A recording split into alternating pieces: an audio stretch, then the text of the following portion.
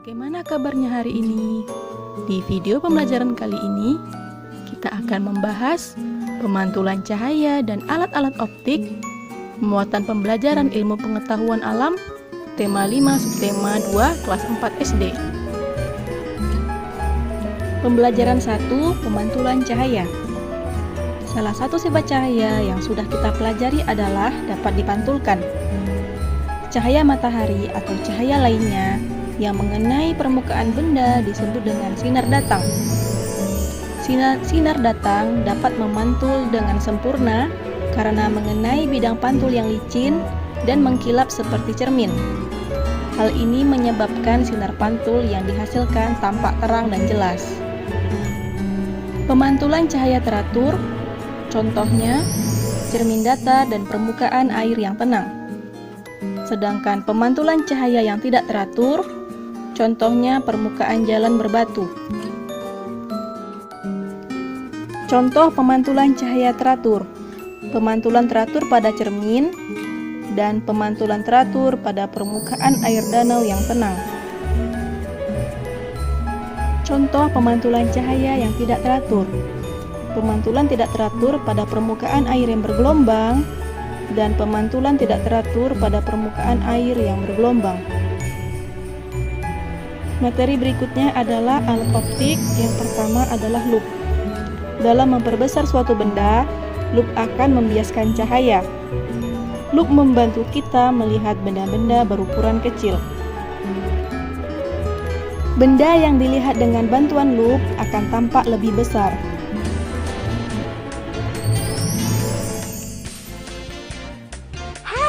Kali ini kita akan melakukan percobaan membuat lup sederhana. Untuk melakukan percobaan ini, alat dan bahan yang harus kita siapkan adalah 2 kantong plastik bening dengan ukuran yang berbeda, air, koran bekas, karet gelang. Pertama, kita isi kantong plastik dengan air, lalu kita ikat dengan karet gelang. Selanjutnya, kita siapkan kertas koran. Lalu kita letakkan 2 kantong plastik di atasnya. Perhatikan teman, huruf-huruf di koran terlihat lebih besar saat dilihat menggunakan lup sederhana, bukan? Walaupun ukuran plastik yang digunakan berbeda, ukuran huruf yang terlihat tetap lebih besar dari huruf asli di koran, bukan? Percobaan ini membuktikan penerapan sifat pembiasan cahaya, teman. Hal itu menyebabkan tulisan terlihat lebih besar saat dilihat dengan lup sederhana.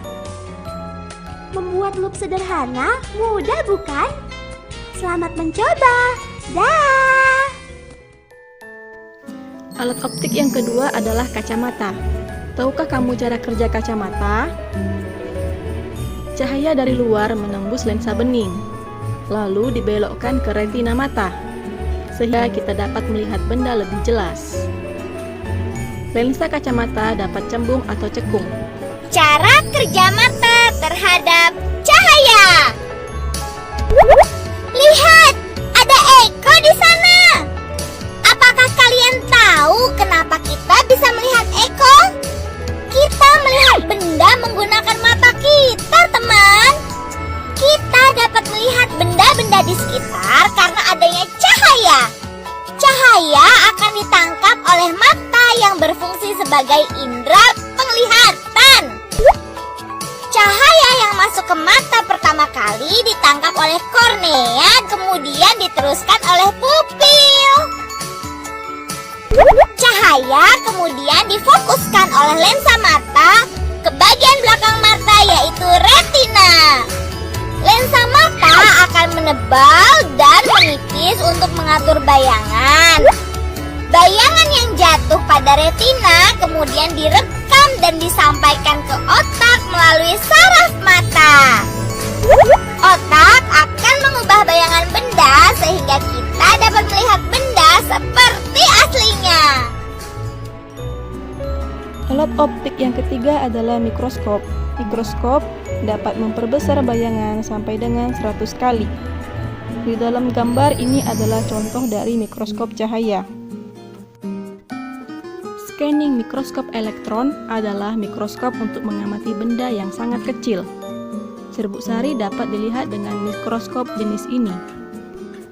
Itu saja yang dapat disampaikan dalam video pembelajaran kali ini. Terima kasih atas perhatiannya. See you the next video.